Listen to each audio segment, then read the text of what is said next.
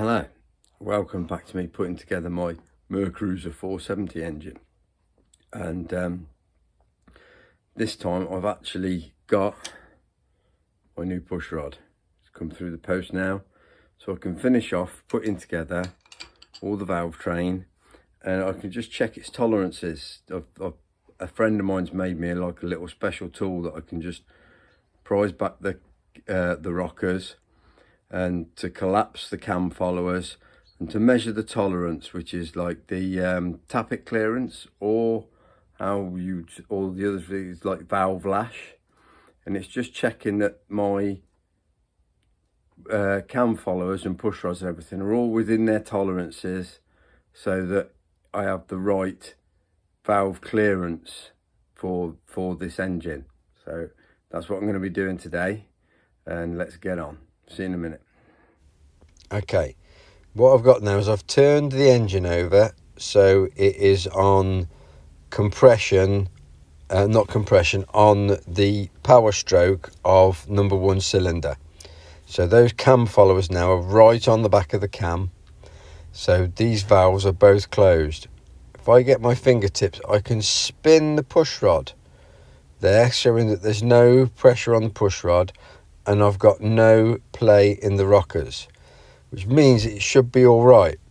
But a friend of mine has made me this tool so that I can hook that around the rocker and then collapse the cam follower, which then will give me the tolerance for my valve clearance. And it's basically the distance that my cam follower can work in, the plunger stroke of the cam follower. And that, I'm allowed a maximum of 4.48 millimeters. So I've machined this bit of metal, so as that's what I've got 4.48 millimeters on that, and there. And as long as it doesn't go into that gap, I know I know my valve cam followers, if it's all within the tolerance. On this engine, there's no mechanical way of adjusting that gap. The only way you can do it is by buying longer or shorter push rods. I'm not sure if this is a Mercruiser thing to try and make it more lightweight. I mean, they've done away with all the sort of water pump drive and everything by just whacking it on the end of the camshaft. So all this adjustment is just obviously a lot less stuff they've got to put in, all the adjusters, lock nuts and everything. But yeah, so I've just worked my way through all of my cam followers now, turning it over so each one is on like the power stroke, so I know that the valves are all on the back of the cam. Pull them back, put my little width gauge in there. So here we go, #8 push rod.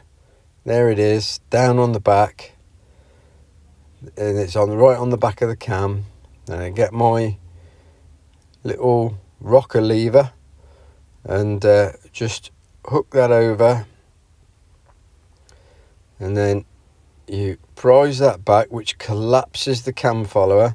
Now all my cam followers are empty of oil because it hasn't run for ages, so they collapse really easily, and that's the gap there. If your engine has been running recently, I very much expect you'll struggle to pull those back without first collapsing them. But there's the gap, and it's well within its tolerance. So I'm happy with that. It's all good. Thanks a lot. Okay, I'd just like to thank a friend of mine, Ditch, for making me that lever for rocking back for collapsing the cam followers, so I could measure that gap. When I was trying to buy the push rod for this engine, it was a bit of a dilemma, because you can buy them like with dye or no dye, and I came to the conclusion that the ones with no dye was like a standard push rod, and then the ones with dye, the different dyes denoted the different lengths. And obviously if you've had any work done to your head, sort of had it skimmed or anything like that, you've altered like all the parameters of your length of your push rod. So you would buy, you brought the head down a little bit, so you buy a shorter push rod to keep your cam followers within their working range. So that's what I found. I ended up buying the push rod from a site in America, off of a website in America called Summit Racing. It was a Melling push rod, and it wasn't too bad actually. I mean, it was the postage was the killer, not the push rod, unfortunately. But there you go. Anyway, I hope that was of some use. I hope you enjoyed watching it or whatever, and give us a thumbs up if you liked it. Hit the subscribe button if you want some more. There's going to be some more videos coming up soon, and hopefully if I can get a bit of a move on, we'll get it running soon with a bit of luck, but we'll see how we go. Thanks for watching again. Take it easy.